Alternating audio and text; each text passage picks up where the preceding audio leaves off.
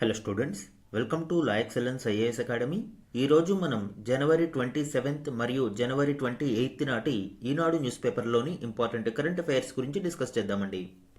Before that మనము previous క్లాస్లోని question of the day గురించి చూద్దాము. పద్మ అవార్డులకు సంబంధించి ఈ క్రింది ప్రకటనలను పరిగణించండి. లాస్ట్ క్లాస్లో మనము పద్మ అవార్డ్స్ 2026కి సంబంధించిన ఇంపార్టెంట్ డీటెయిల్స్ మరియు అవార్డీస్ లిస్ట్ గురించి డిస్కస్ చేయడం జరిగింది. ఆ కంటెక్స్ట్లో ఈ క్వశ్చన్ని ఫ్రేమ్ చేశాను అండి. ఇక్కడ 2 స్టేట్మెంట్స్ని ఇవ్వడం జరిగింది. కరెక్ట్ స్టేట్మెంట్స్ని ఐడెంటిఫై చేద్దాం. స్టేట్మెంట్ 1 చూడండి. పద్మ అవార్డులు 1954లో ప్రారంభించబడ్డాయి. 1954లో ఈ పద్మ అవార్డ్స్ని ప్రారంభించడం జరిగింది. ఇందులో 3 కేటగిరీస్ ఉంటాయి. ఒకటి పద్మ విభూషణ్, రెండవది పద్మభూషణ్ అండ్ మూడవది Padmashri. Padma Vibhushan second highest civilian award, Padma Bhushan third highest civilian award and Padmashri 4th highest civilian award. And highest civilian award వచ్చి భారతదేశంలో భారత రత్నగా మనం భావించవచ్చు. సో స్టేట్మెంట్ 1 అనేది కరెక్ట్. సెకండ్ స్టేట్మెంట్, రాజ్యాంగంలోని ఆర్టికల్ 18 ప్రకారం పద్మ అవార్డులను బిరుదులుగా పరిగణించరు. Article 18 of the Indian constitution ఏం చెప్తుంది? No non military or non academic titles can be given by the state. So రాజ్యం ఏ వ్యక్తికి కూడా టైటిల్స్ అనేవి, బిరుదులు అనేవి ప్రదానం చేయకూడదు. అయితే non military, non academic, military titles ఇవ్వచ్చు అండ్ అకాడమిక్ టైటిల్స్ ఇవ్వచ్చు అని. And Indian citizens cannot accept titles from foreign countries. విదేశాల నుండి కూడా మనము బిరుదులను స్వీకరించకూడదు. Non citizens holding official positions in India need the president's consent to accept titles from foreign states. అంటే మనకి విదేశీయులు ఎంబసీస్లో వాటిలో పనిచేస్తూ ఉంటారు. అటువంటి వ్యక్తులు ఏవైనా టైటిల్స్ విదేశాల నుండి స్వీకరించాల్సి వస్తే భారత రాష్ట్రపతి యొక్క పర్మిషన్ అండ్ తీసుకోవాల్సిన అవసరం ఉంటుంది. No public servant in India can accept gifts, salaries or jobs from foreign governments without president's permission. So ఇవన్నీ కూడా ఆర్టికల్ 18లో క్లియర్గా మెన్షన్ చేసి ఉన్నాయి. అయితే భారతరత్న మరియు పద్మ అవార్డులు వంటివి ఈ టైటిల్స్ కేటగిరీలోకి వస్తాయా అనేది ప్రశ్న. Titles like Padmasri, Padmabhushan and Bharat Ratna were challenged in court as titles, but the Supreme Court ruled they are awards not prohibited under Article 18. ఇవి మెరిట్ ఆధారంగా ఇచ్చే అవార్డులు, బట్ టైటిల్స్ కాదు. కాబట్టి వీటిని ఆర్టికల్ 18 కింద అబాలిష్ చేయలేము అని సుప్రీంకోర్టు 1971లో తీర్పునివ్వడం జరిగింది. అలానే వెరీ ఇంపార్టెంట్ కేసు 1996లో Balaji Raghavan versus union of India case. So ఈ కేసులో కూడా సుప్రీంకోర్టు ఈ పద్మ అవార్డ్స్ మరియు భారతరత్న అవార్డ్స్ని అప్హెల్డ్ చేయడం జరిగింది. ఈ కేసులో సుప్రీంకోర్టు చాలా స్పష్టంగా చెప్పింది, they are honours for meritorious service, not hereditary or social titles. Social titles, hereditary titles అంటే ఏంటండి? రాయ్ బహదూర్, ఖాన్ బహదూర్, సర్ ఇలాంటివి మనకి ఇండిపెండెన్స్ తర్వాత ప్రభుత్వం రద్దు చేయడం జరిగింది. సో ఇక్కడ సెకండ్ స్టేట్మెంట్ కూడా కరెక్టేనండి. ఆర్టికల్ 18 ప్రకారం పద్మ అవార్డులను బిరుదులుగా పరిగణించరు. సో ఆన్సర్ ఏమవుతుంది? Both 1 and 2 are correct. C అనేది ఇక్కడ కరెక్ట్ ఆప్షన్. మనకి పద్మ అవార్డ్స్ 2026కి సంబంధించిన డీటెయిల్స్ ఆల్రెడీ మనము డిస్కస్ చేసుకున్నాము. ఎగ్జామ్ పాయింట్ ఆఫ్ వ్యూ అవి ఇంపార్టెంట్ అండి. ఈరోజు మన ఫస్ట్ ఆర్టికల్ చూడండి. EU భారత్ చట్టాపట్టాల్ కుదిరిన చారిత్రాత్మక ఒప్పందం, స్వేచ్ఛా వాణిజ్యంతో ఐరోపా కార్లు, మద్యం చౌక, మన వ్యవసాయ ఉత్పత్తులకు ఊతం, భద్రత, రక్షణ రంగంలోనూ బంధం బలోపేతానికి ఒప్పందం. మదర్ ఆఫ్ ఆల్ డీల్స్ గా భావిస్తున్న India European union free trade agreement final గా జనవరి 27, 2026న అఫీషియల్ గా కన్క్లూడ్ అవడం జరిగింది అండి. సో ఎగ్జామ్ పాయింట్ ఆఫ్ వ్యూలో very very very important topic గా దీనిని చెప్పవచ్చు. సో దీనిలోని కీ హైలైట్స్ ఇప్పుడు చూద్దాం. భారత్ ఐరోపా కూటమి మధ్య చరిత్రాత్మక స్వేచ్ఛా వాణిజ్య ఒప్పందం పురుడు పోసుకుంది. మదర్ ఆఫ్ ఆల్ డీల్స్ గా పిలిచే ఈ ఒప్పందాన్ని మంగళవారం ఢిల్లీలో ప్రధాని మంత్రి నరేంద్ర మోదీ, యూరోపియన్ యూనియన్ నేతలు Ursula von der Leyen, Antonio Costa సంయుక్తంగా ప్రకటించారు. దీనితో పాటు భద్రత, రక్షణ రంగంలో బంధం మరింత బలోపేతం, భారతీయ నిపుణులకు ఐరోపా దేశాల్లో అవకాశాలను కల్పించే ఒప్పందాలు కుదిరాయి. ప్రధాని, యూరోపియన్ యూనియన్ నేతల శిఖరాగ్ర చర్చల అనంతరం ఒప్పందం వివరాలను నేతలు వెల్లడించారు. భారత్ మరియు 27 ఐరోపా దేశాలు సంయుక్తంగా వచ్చే 5 ఏళ్లలో ఈ ఒప్పందంపై అనుసరించాల్సిన వ్యూహాత్మక ఎజెండాను ఖరారు చేశాయి. FTAపై చర్చలతో ప్రారంభించి మొత్తం 13 ఒప్పందాలను కుదుర్చుకున్నాయి. ఈ ఒప్పందం కారణంగా ఐరోపా కార్లు, మద్యం భారత్లో చౌకగా లభించనున్నాయి. భారతీయ రైతులు, చిన్న పరిశ్రమల వారి ఉత్పత్తులకు ఐరోపా మార్కెట్లో విస్తృత అవకాశాలు లభించనున్నాయి. ఈ డీల్ని ఎందుకండి మదర్ ఆఫ్ ఆల్ డీల్స్గా వివరణిస్తున్నారు? ప్రపంచ జీడిపిలో 25% మరియు వాణిజ్యంలో 3వ వంతుకు ఈ ఒప్పందం ప్రాతినిధ్యం వహించనుంది. అందుకే దీనిని మదర్ ఆఫ్ ఆల్ డీల్స్గా పిలుస్తున్నారు. ఈ స్వేచ్ఛా వాణిజ్య ఒప్పందంతో సుమారు 6.9 లక్షల కోట్ల లబ్ధి అనేది చేకూరనుంది. 90% ఉత్పత్తులకు సుంకమే ఉండదు, అంటే జీరో టారిఫ్ అనేది మనం చూడవచ్చు. ఎస్పెషల్లీ మన విద్యార్థులు, వృత్తి నిపుణులకు సులువుగా వర్క్ వీసా లభించే అవకాశం ఎక్కువగా ఉంటుంది. ఈ డీల్కి సంబంధించి మరికొన్ని కీలక విషయాలను చూద్దాము అండి. మదర్ ఆఫ్ ఆల్ డీల్స్గా దీనిని పిలుస్తున్నాము. కంబైన్డ్ మార్కెట్ విలువ సుమారు $24 ట్రిలియన్ పైచిలుకుగా మనం చూడవచ్చు. దీని సిగ్నిఫికెన్స్ ఏంటి అండి? Integrating second and fourth largest economies. ఏ విధంగా? దేశాల వారీగా చూసినప్పుడు అమెరికా, చైనా, జర్మనీ మరియు ఇండియా మొదటి 4 స్థానాలలోనూ ఉన్నాయి. అయితే యూరోపియన్ యూనియన్ని ఒక యూనిట్గా తీసుకున్నప్పుడు సెకండ్ ప్లేస్లో యూరోపియన్ యూనియన్ ఉంటుంది, థర్డ్ ప్లేస్లో చైనా ఉంటుంది, ఫోర్త్ ప్లేస్లో ఇండియా ఉంటుంది. జర్మనీ కూడా యూరోపియన్ యూనియన్లో భాగం కాబట్టి సెకండ్ ప్లేస్లోనే యూరోపియన్ యూనియన్లో కొనసాగుతుంది.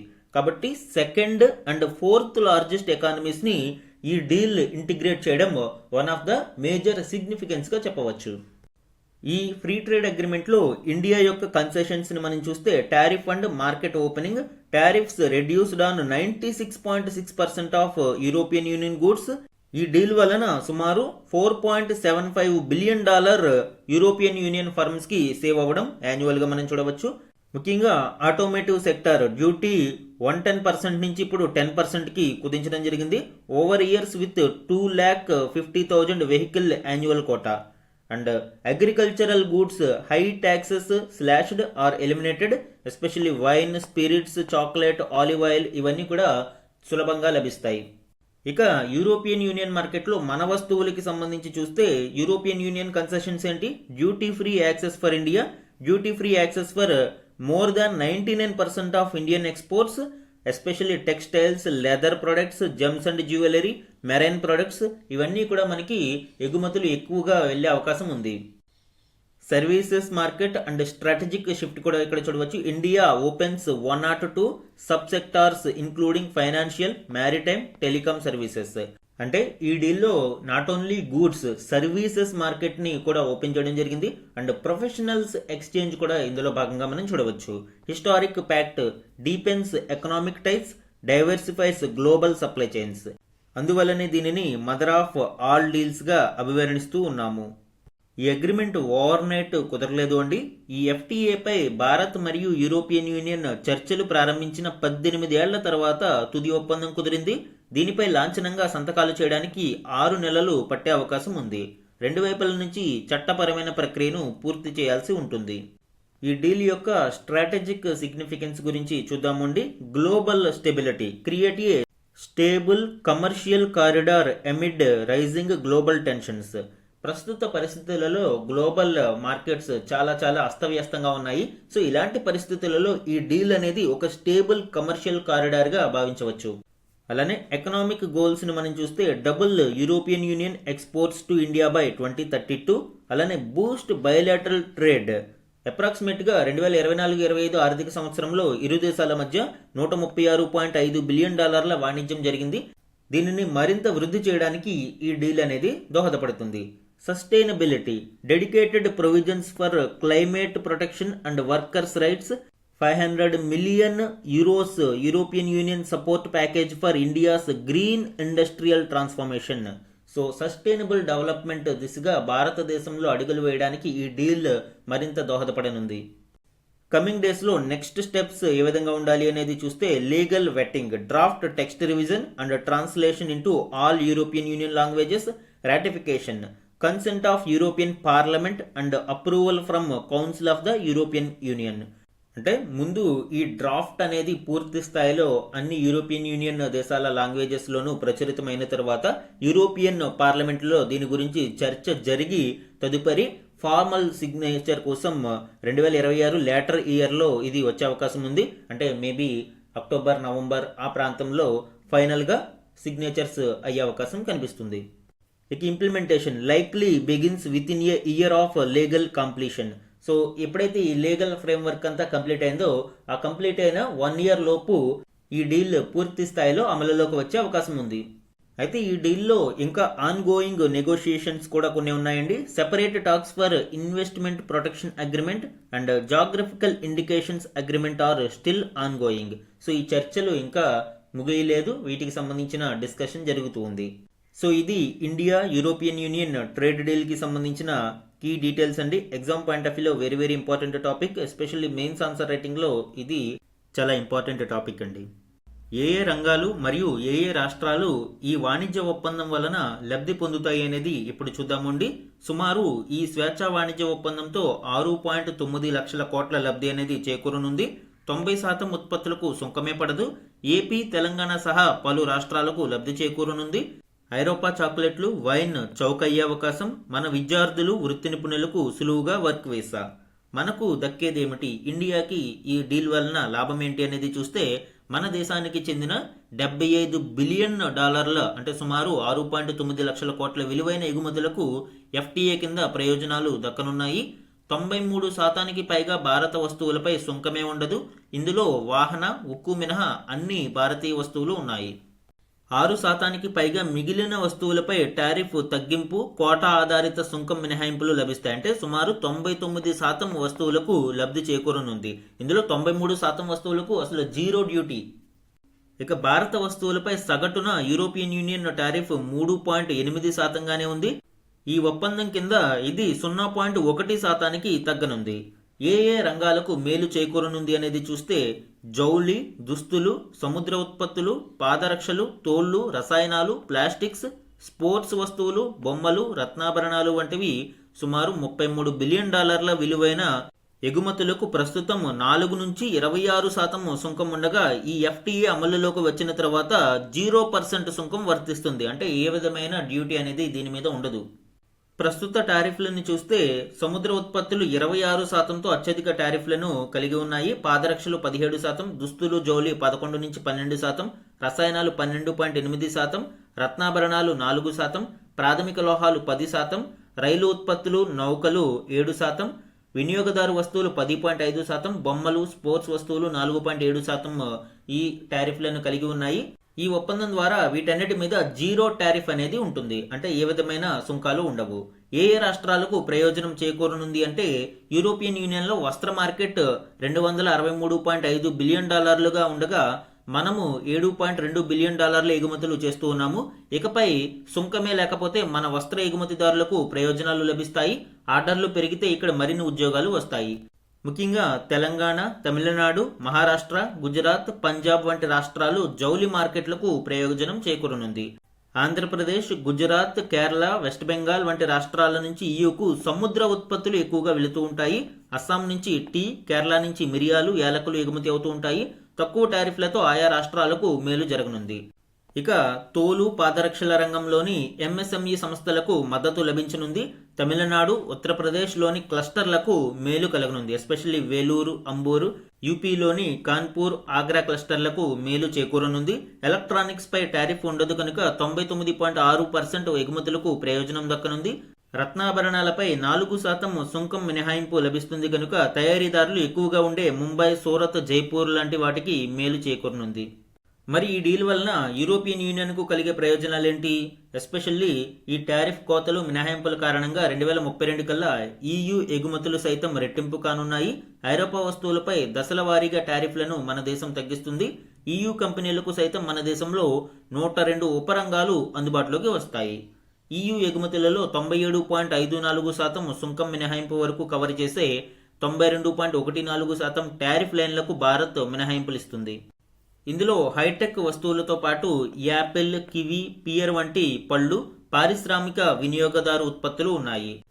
ఇక ప్రస్తుతం 11 నుంచి 44% టారిఫ్ ఉన్న మిషనరీ, కెమికల్స్, ఫార్మా, వైద్య పరికరాలు, విమానాలు, ప్లాస్టిక్స్, ఇనుము, ఉక్కు వంటి వస్తువులను ఎగుమతి చేసే ఐరోపా ఎగుమతిదారులకు భారీ పన్ను కోతల వల్ల ప్రయోజనం దక్కనుంది. భారత్కు విమానాలు, విమాన విడిభాగాలు, ఎలక్ట్రికల్ మిషనరీ, వజ్రాలు, రసాయనాలను అధికంగా ఎగుమతి చేయడం ద్వారా యూరోపియన్ యూనియన్ ప్రయోజనం దక్కించుకోగలదు అని GTRI పేర్కొంది.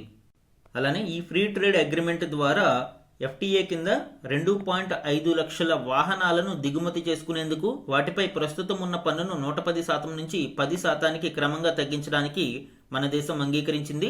బ్రిటన్తో అంగీకరించిన 37,000 వాహనాలతో పోలిస్తే EUకు 6 ఎక్కువ కోటాను మన దేశం ఆఫర్ చేయడం విశేషం. ఈ విధంగా 2.5 లక్షల వాహనాల దిగుమతికు భారతదేశం అంగీకరించింది. ప్రస్తుతం మన దేశంలోకి దిగుమతి అయ్యే $40,000 పైబడిన ధర ఉన్న కార్లు 110% పన్ను ఉంది. ఆ ధరలోపు కార్లపై 70% పన్ను వర్తిస్తుంది. కోటాకి వెలుపల ఎటువంటి మినహాయింపులు భారత్ ఇవ్వదు. అంటే ఈ 2.5 లక్షల కోటా పూర్తి అయితే మళ్ళీ నార్మల్ రేట్సే ఉంటాయి. EU కంపెనీలు భారత్లో తయారీ చేపట్టాలనేది మన ఉద్దేశంగా ఉంది. విద్యుత్ వాహనాలకు కోటా ఒప్పందం జరిగిన 5వ ఏడాది నుంచి ప్రారంభమవుతుంది. మన EV మార్కెట్ ఇప్పుడిప్పుడే వృద్ధి చెందుతున్నందున ఈ నిర్ణయం తీసుకున్నారు. అంటే 5 ఏళ్ల పాటు మనకి ఈ ఎలక్ట్రిక్ వెహికల్స్లో మాత్రం రక్షణ అనేది ఉంటుంది. అలానే ఈ డీల్ వలన ఐరోపా వస్తువులు చౌకగా లభించే అవకాశం ఉంది. ఎస్పెషల్లీ వైన్ 150% టారిఫ్ ఉండగా ఇప్పుడు 40% ఈ డీల్ వలన తగ్గే అవకాశం ఉంది.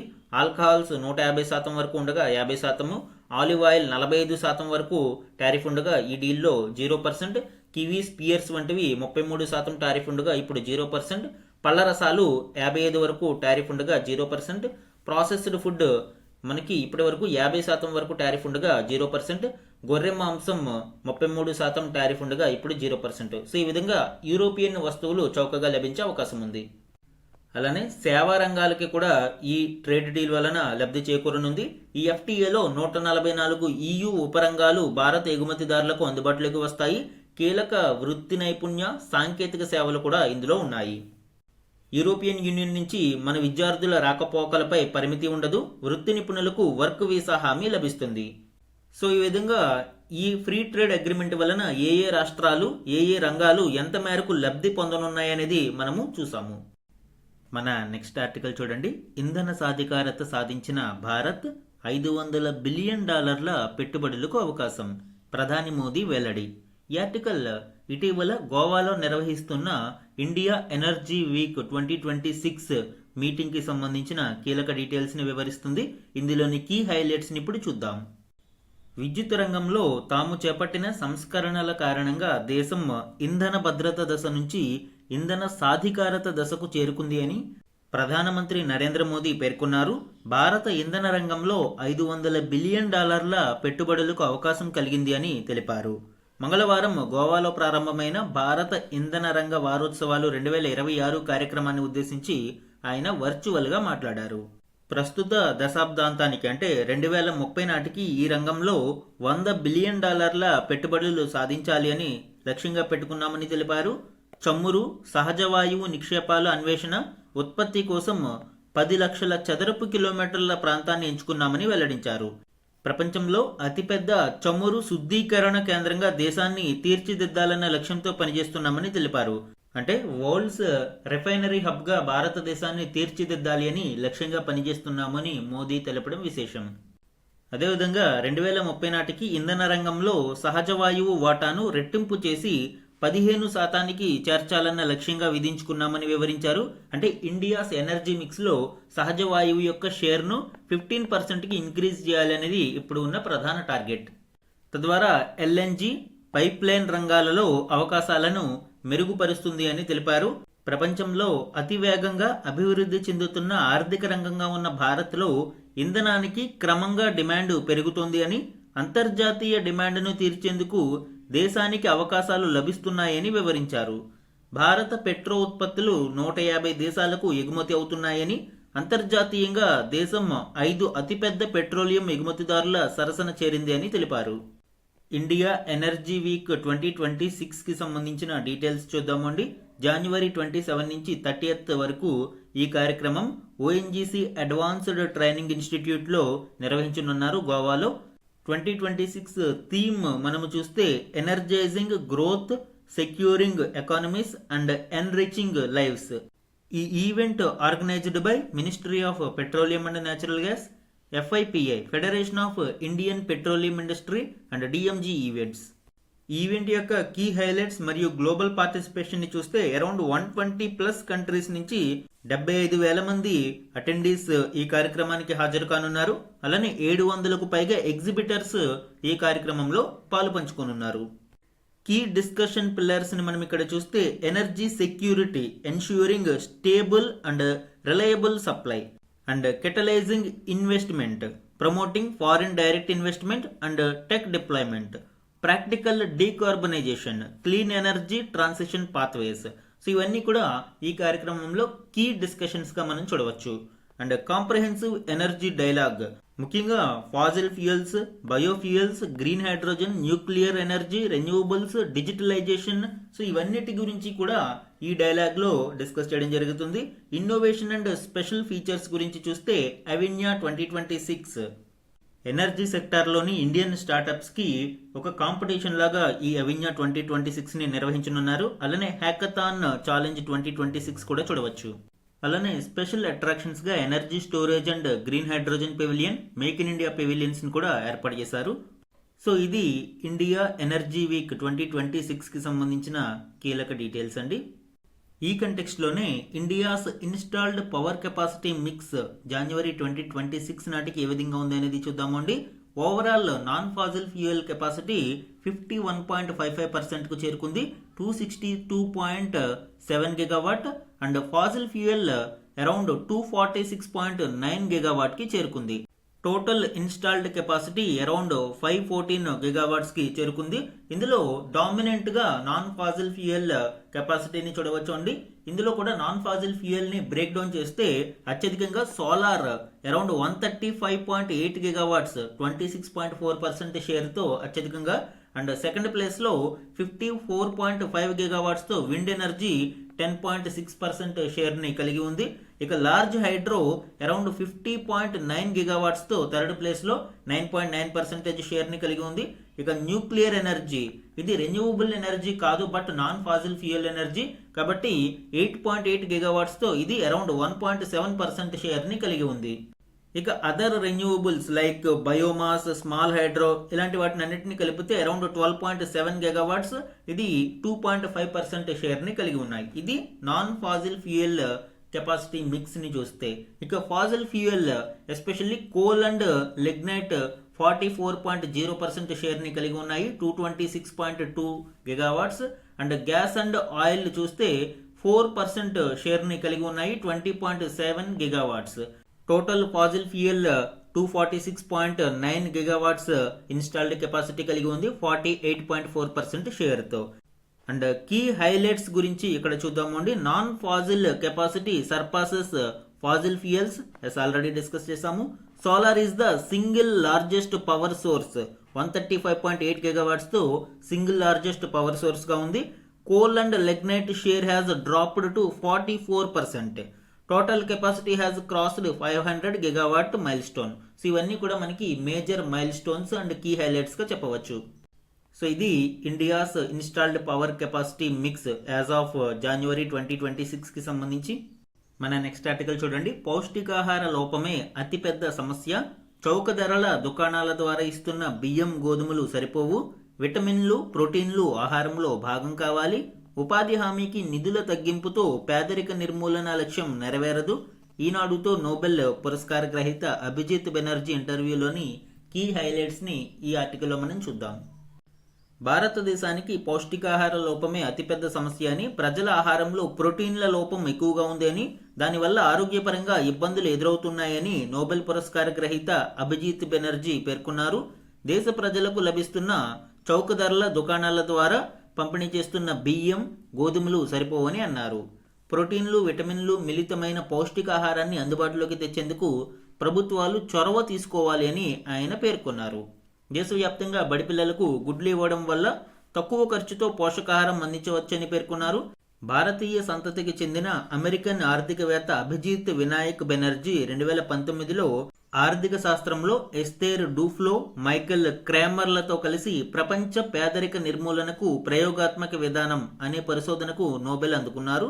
ప్రస్తుతం దేశంలో పేదరికము తగ్గుతుందా అనే ప్రశ్నకు ప్రజలకు సరైన ఆహారం అందడమే ప్రగతి సూచిక అని ఆయన పేర్కొన్నారు. దేశంలో పేదవారు తమ ఆదాయంలో 40% ఆహారంపై ఖర్చు చేస్తూ ఉండగా ధనవంతులు 60% వెచ్చిస్తున్నారు అని ఆయన పేర్కొనడం చూడవచ్చు. అయితే ఆదాయం పెరిగినప్పుడు పోషకాహారం కంటే కూడా పేదవాళ్ళు ఆహారేతర వస్తువుల మీద దృష్టి సారించడం, ఇతర సౌకర్యాలపై ఎక్కువ మొత్తం ఖర్చు చేస్తూ ఉండడం ఇక్కడ సమస్యగా చూడవచ్చు. అలానే పౌష్టికాహార విలువల కోసం సాంప్రదాయ ఆహారాలను కొనసాగించాలి, కానీ ఎక్కువ మంది ఇప్పుడు టీ, కాఫీ, స్నాక్స్ లాంటి వాటికి అలవాటు పడుతున్నారు తప్ప సాంప్రదాయ ఆహారాల విషయంలో నిర్లక్ష్యం పౌష్టికాహార లోపానికి మరొక ప్రధాన కారణంగా ఉందని ఆయన విశ్లేషించారు. పోషకాహార సమస్యకు పరిష్కారం ఏమిటి అనేది అడిగినప్పుడు ఆకలిని తీర్చడానికి ఆహార ధాన్యాలను అందించడం కాకుండా పోషకాహార లోపం తగ్గించడం అవసరం. అంగన్వాడీ కేంద్రాల ద్వారా అందించే సేవలను మెరుగుపరచడం ద్వారా పిల్లలలో పోషకాహార లోపాన్ని అరికట్టవచ్చు. మహిళలకు సాధికారత కల్పించడం, వారిలో అవగాహనను పెంపొందించడం ద్వారా కుటుంబంలో ఆరోగ్యకరమైన అలవాట్లను తీసుకురావచ్చని ఆయన పేర్కొనడం చూడవచ్చు. ఇక లేటెస్ట్గా తీసుకువచ్చిన ఉపాధి హామీ స్థానంలో కేంద్రం తెస్తున్న విబిజీ రామ్జీపై అభిప్రాయం కోరగా, ఈ పథకానికి కేంద్ర ప్రభుత్వం ఇచ్చే నిధులను తగ్గించడం వల్ల రాష్ట్రాల మధ్య అసమానతలు పెరుగుతాయి. ముఖ్యంగా పేద రాష్ట్రాల వద్ద నిధులు లేక తక్కువ ఖర్చు చేస్తాయి. దీనివలన పేదరిక నిర్మూలన లక్ష్యం నెరవేరదు అని ఆయన పేర్కొన్నారు. డైరెక్ట్గా మెయిన్స్ ఆన్సర్ రైటింగ్లో క్రిటిసిజం రాయాల్సి వచ్చినప్పుడు నోబెల్ లారెట్ అభిజిత్ బెనర్జీ యొక్క అభిప్రాయం మేరకు అని మనము ఈ పాయింట్స్ అన్నిటినీ కూడా యాడ్ చేసి దీని గురించి రాయవచ్చండి. ఇక భారత లక్ష్యాలు అతిపెద్ద ఆర్థిక వ్యవస్థగా మారేందుకు 2047 నాటికి $30 ట్రిలియన్ ఆర్థిక వ్యవస్థగా రూపుదిద్దుకుంటుందా అన్న ప్రశ్నకు ఆర్థిక వ్యవస్థలు ఎప్పుడు పెరుగుతాయో ఎప్పుడు ఆగిపోతాయో అంచనా వేయలేమని, భవిష్యత్తు గురించి ఇప్పుడే చెప్పలేమని పేర్కొన్నారు. ఇక ఆర్థిక రంగంలో పురోగతి దేనికి సూచిక అని ప్రశ్నించినప్పుడు ప్రస్తుతం భారతదేశం 4వ స్థానంలో ఉంది ఆర్థిక వ్యవస్థల జాబితాలో. అయితే సంక్షేమ పరంగా పెద్దగా ఆసక్తికరమైన విషయం కాదు అని, జర్మనీతో పోలిస్తే మన దేశ జనాభా చాలా ఎక్కువ కాబట్టి తలసరి ఆదాయం ప్రాతిపదికన చూడాలి అని ఆయన పేర్కొన్నారు. GDP per capita income rank మనం చూస్తే భారతదేశానికి పెర్ క్యాపిటా అంటే తలసరి ఆదాయం ప్రకారం చూసినప్పుడు భారతదేశం 144వ స్థానంలో ఉంది అండి.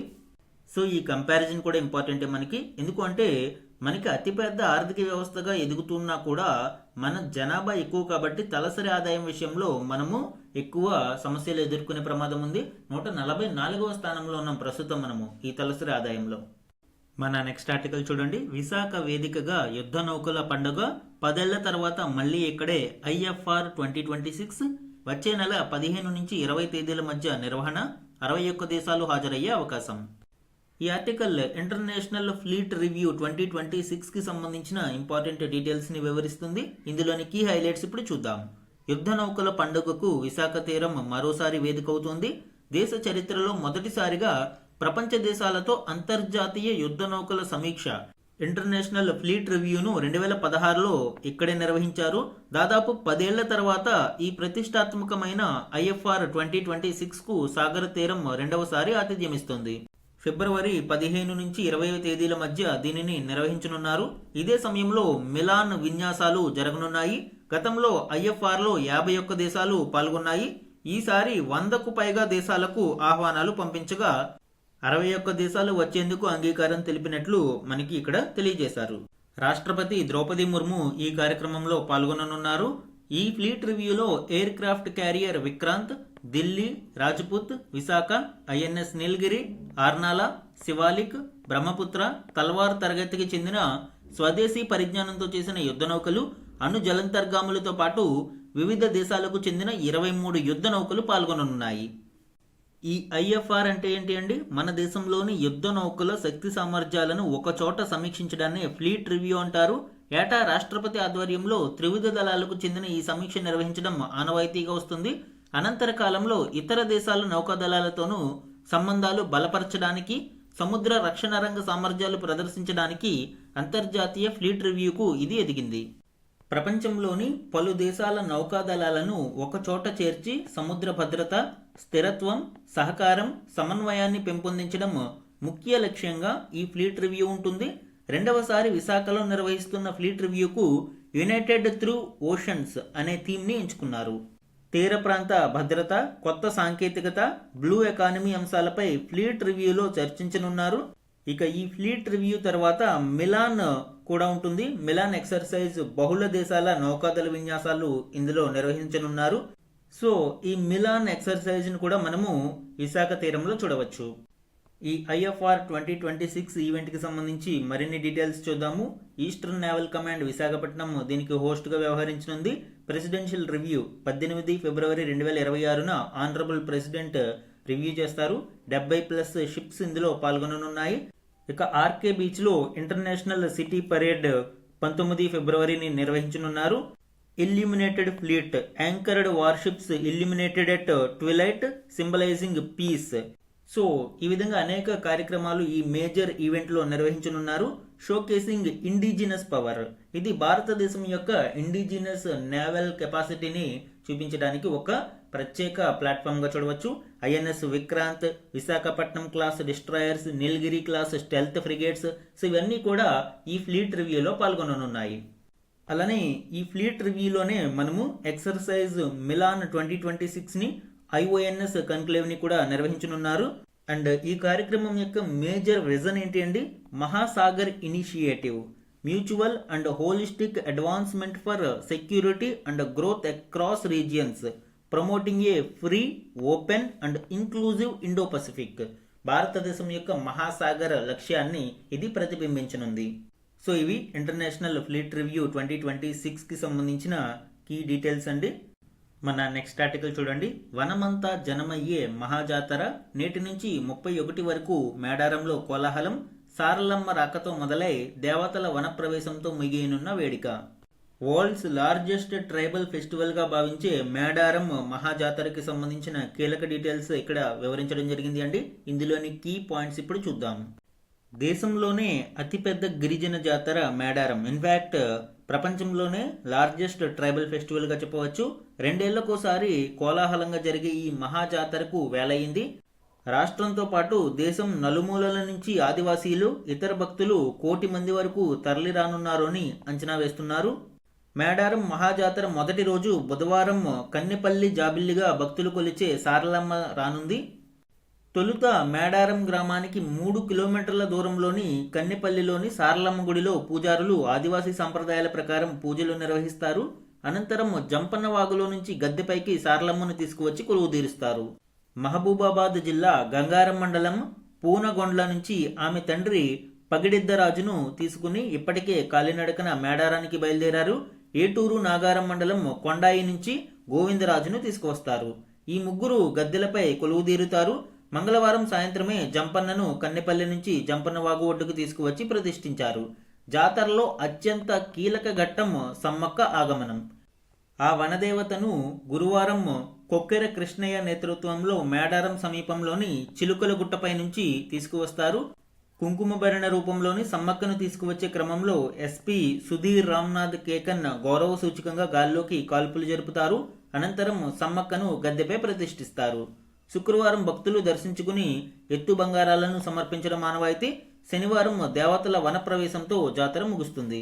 సో మేడారం జాతర ఏ విధంగా నిర్వహిస్తారు అండ్ గద్దెపై వనదేవతలను ఏ విధంగా ప్రతిష్ఠిస్తారు అనేది ఇక్కడ మనము చూడడం జరిగింది. ఫోక్ టేల్స్ ప్రకారం కాకతీయ రూలర్స్కి ఎగనిస్ట్గా సమ్మక్క మరియు సారలమ్మ అన్జస్ట్ ట్యాక్సెస్కి ఎగనిస్ట్గా పోరాటం చేశారు అని. ఈ పోరాటంలో సమ్మక్క యొక్క ఫ్యామిలీ మెంబర్స్ అందరూ మరణించగా Sammakka disappeared into forest, only kumkuma and bangles దొరికాయి అనేది భక్తుల నమ్మకం అండి. Jampanna Vagu, son Jampanna died in stream, devotees take holy dip for courage. ఈ జాతరలో కీ రిచువల్స్ అండ్ ట్రెడిషన్స్ మనం చూస్తే బంగారం ఆఫరింగ్స్, అంటే బంగారం అంటే ఇక్కడ jaggery equal to body weight offered to deities. Koya priests, rituals by tribal priests according to customs, no Vedic influence, ఇది కీ పాయింట్గా చెప్పవచ్చు. అండ్ ప్రొసెషన్ టు గద్దెలు, deities arrive from forest for 4-day worship. So Sammakka Saralamma Jatara మొదలైంది. దీనికి సంబంధించిన details current అఫైర్స్లో important అండి. Especially Telangana ఎగ్జామ్స్లో వీటి గురించి ఎక్కువగా అడిగే అవకాశం ఉంది. ఈనాడు న్యూస్ పేపర్లోని ఇంపార్టెంట్ 1-లైనర్ కరెంట్ అఫైర్స్ని చూద్దాము. 77వ గణతంత్ర వేడుకలకు పురస్కరించుకుని 2026 జనవరి 26న ఢిల్లీలోని కర్తవ్య పథ్లో నిర్వహించిన ప్రధాన కార్యక్రమంలో రాష్ట్రపతి ద్రౌపది ముర్ము జాతీయ పతాకాన్ని ఆవిష్కరించి సైనిక బలగాల నుంచి గౌరవ వందనం స్వీకరించారు. యూరోపియన్ కమిషన్ అధ్యక్షురాలు Ursula von der lion European council అధ్యక్షుడు యాంటోనియో కోస్టా ముఖ్య అతిథులుగా హాజరయ్యారు. ఈ ఏడాది రిపబ్లిక్ డే పరేడ్ థీమ్గా 150 ఏళ్ల వందే మాతరాన్ని ఎంచుకున్నారు. అలానే కర్నల్ ఫ్రెడరిక్ సైమన్ స్ప్రూజ్ నేతృత్వంలోని EU సైనిక దళం ఈ వేడుకలకు హాజరవ్వడం విశేషం. నెక్స్ట్ ఇంపార్టెంట్ వన్ చూడండి. అభివృద్ధి చెందుతున్న దేశాలు కృత్రిమ మేధ సాంకేతికతను గణనీయ స్థాయిలో వినియోగిస్తున్నాయని కన్సల్టింగ్ సంస్థ PwC తెలిపింది. AI edge for Viksit Bharat పేరుతో ఈ నివేదికను సంస్థ విడుదల చేసింది. దీని ప్రకారం 2035 నాటికి మన దేశంలో 5 ప్రాధాన్యత రంగాలలో AI వాటా $550 బిలియన్ చేరుతుంది అని అంచనా వేయడం చూడవచ్చు. దేశంలో ప్రాధాన్యత రంగాలైన వ్యవసాయం, ఆరోగ్య సంరక్షణ, ఇంధనం, విద్య, తయారీ రంగాల వృద్ధిలో AI కీలక పాత్ర పోషించే అవకాశం ఉంది అని వెల్లడించింది. సో ఈ 5 రంగాలలో 2035 నాటికి భారతదేశం AI వాటా $550 బిలియన్ చేరుతుంది అని ఈ నివేదిక అంచనా వేయడం విశేషం.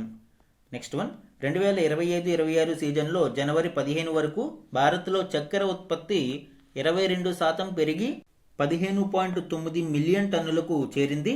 చెరుకు సరఫరా పెరగడం, అధిక దిగుబడి ఇందుకు దోహదం చేశాయి అని Indian sugar and bio energy manufacturers association తెలిపింది. జనవరి 15 వరకు దేశంలో కార్యకలాపాలను నిర్వహిస్తున్న చక్కెర మిల్లుల సంఖ్య 518 కాగా గత సీజన్లో ఈ సంఖ్య 500గా ఉంది. సో ఇండియా యొక్క షుగర్ ప్రొడక్షన్ వృద్ధి చెందుతుంది అని ఈ నివేదిక తెలియజేస్తుంది. Next one, president Droupadi Murmu has approved gallantry awards for 70 armed forces personnel including 6 posthumous awards. Gallantry అవార్డ్స్ని ప్రకటించడం జరిగింది, అప్రూవ్ చేయడం జరిగింది ప్రెసిడెంట్ ద్రౌపది ముర్ము గారు. Group captain Shubhanshu Shukla who made history by becoming the first Indian to visit the International Space Station has been honoured with the Ashoka Chakra. So Shubhanshu Shukla గారికి అశోక చక్రను ప్రదానం చేయడం ఇక్కడ చూడవచ్చు. అశోక్ చక్ర అనేది the country's highest peace time gallantry award. Awards న్యూస్లో ఇది important అండి. Next one, Novak జోకోవిచ్ became the first player to achieve 400 match wins in grand slam tournaments. Grand slam టోర్నమెంట్స్లో 400 మ్యాచ్లను గెలిచిన మొదటి ప్లేయర్గా నొవాక్ జోకోవిచ్ చరిత్ర సృష్టించారు. ఆస్ట్రేలియన్ ఓపెన్లో 3rd రౌండ్ విజయం సాధించడం ద్వారా ఆయన ఈ రికార్డును సాధించారు. సో ఇవి ఈనాడు న్యూస్ పేపర్లోని ఇంపార్టెంట్ 1-లైనర్ కరెంట్ అఫైర్స్ అండి.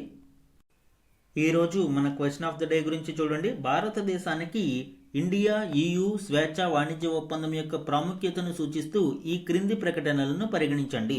ఈరోజు India EU free trade agreement అఫీషియల్గా కంక్లూడ్ చేయడం జరిగింది జనవరి 27ని. సో ఆ కంటెక్స్ట్లో ఈ క్వశ్చన్ని ఫ్రేమ్ చేశాను అండి. ఇక్కడ 2 స్టేట్మెంట్స్ని ఇచ్చాను. ఇందులో కరెక్ట్ స్టేట్మెంట్స్ని ఐడెంటిఫై చేసి ఆన్సర్ని కమెంట్ సెక్షన్లో కమెంట్ చేయండి. ఇది ఈరోజు ఈనాడు న్యూస్ పేపర్లోని ఇంపార్టెంట్ కరెంట్ అఫైర్స్ మీద daily analysis. Thank you for watching.